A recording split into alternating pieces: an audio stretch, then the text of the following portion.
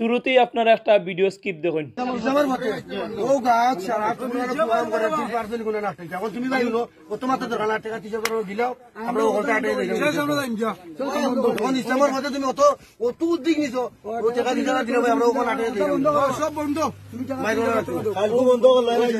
তোমার কথা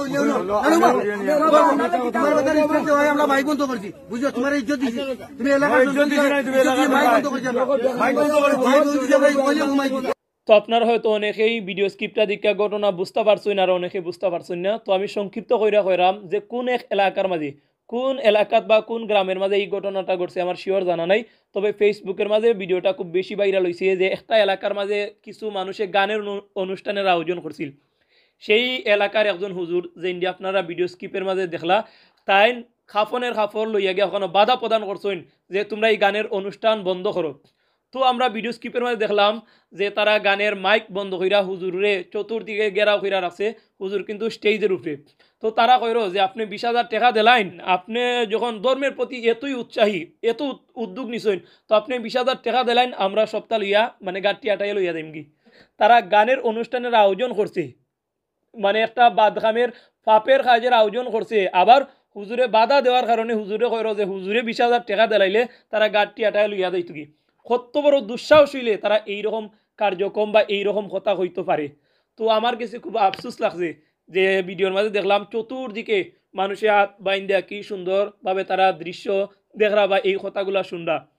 তো যে এলাকার মাঝে এই ঘটনাটা ঘটছে সেই এলাকার মাঝে কি তাই একজনও মুসলমানের বাচ্চা আসলো নানি যে হুজুরের পক্ষ লইয়া যে সকল নাদান হলতে গানের অনুষ্ঠানের আয়োজন কইরা তারা হুজুরে কইরো যে আপনি 20,000 টাকা দেন।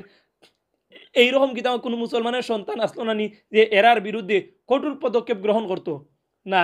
এই সময় দেখবা যে হুজুরের পক্ষে কোনো মানুষের ফাইতা নাই, কিন্তু হুজুরে যদি কোনো ভুল করতা তখন দেখলা আনে যে হুজুরের বিরুদ্ধে মিছিল দেওয়ার লাগি আর প্রতিবাদ করার লাগি মানুষের অভাব নাই। কিন্তু হুজুরে তো এখানে কোনো বাদখাম করছেন না, বাদখামের বিরোধিতা করছেন।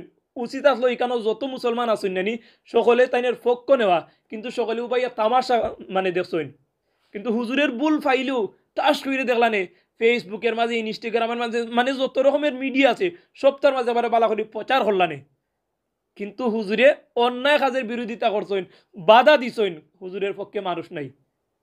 তো আফসোস লাগে যে এলাকার মাঝে এই ঘটনাটা ঘটছে সেই এলাকার মাঝে কি তা একজনও প্রকৃত মুসলমানের সন্তান আসলো না যে হুজুরের পক্ষ লইয়া এই সকল নাদান হলতের, এই সকল পাপীয় হলতের বিরুদ্ধে কঠোর ব্যবস্থা গ্রহণ করতো।